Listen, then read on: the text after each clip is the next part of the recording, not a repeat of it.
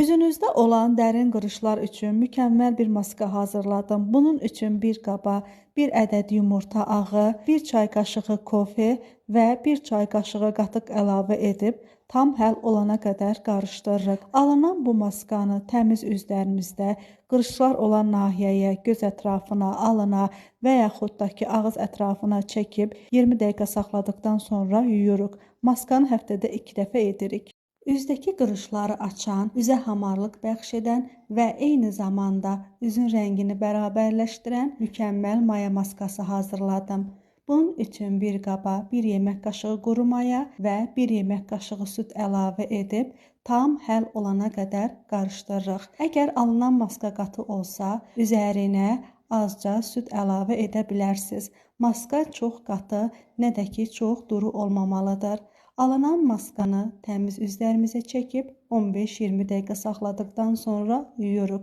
Maskanı həftədə 2 dəfə etməyimiz kifayətdir. Məndən ən çox istənilən maska qırışlar üçün olan maskadır. Maskanın ev şəraitində necə hazırlanacaq, onu sizə göstərəcəm. Bu maskanı xanımlar, bax indi mən çəkmişəm göz ətrafıma, ağız ətrafına, 2 qaş arasına və təbii ki alın nahiyəsi. Sizdə harda qırışlar varsa, o nahiyə maskanı çəkə bilərsiniz. Üzünüzü 15 dəqiqə saxlayıb yuyun. Maskanın tərkibi necədir xanımlar? Demək, götürürsünüz bir qab. İçərisinə 1 çay qaşığı buğda kraxmalı. Bunu göstərim sizə, çünki mənə suallar gəlir ki, kraxmalı nədə, hardan almaq olar? Bunu marketdən alırsınız, buğda kraxmalı. 1 çay qaşığı buğda kraxmalı. Üzərinə çay qaşığın ucunda droş və 1 çay qaşığı zeytun yağı əlavə edib qarışdırın, çəkin üzünüzə. Maskanı xanımlar həftədə 1 və yaxud 2 dəfə edin. Və dediyim kimi 20 dəqiqə, 15 dəqiqə saxlayın, daha sonra bu qədər hər zaman gözəl və baxımlı olun. Üzə botoks effekti verən və üzdəki xırda qırışları açan bu maskadan sonra yaxınlarınız belə sizi tanıya bilməyəcək. 1 ədəd yumurta ağının üzərinə 3 damcı limon şirəsi və yarım çay qaşığı zeytun yağı əlavə edib qarışdırırıq. Maskanı həftədə 2 dəfə təmiz üzlərinizə çəkin. Maskanı çalışın boyun nahiyəsində yuxarıya doğru çəkəsiniz. Daha sonra 30 dəqiqə saxlayıb maskanı yuyub nəmləndirici kremlə üzünüzü nəmləndirin. Şəms Aslanın qırışlar üçün olan bu maskanın effekti doğrudan da çox gözəldir.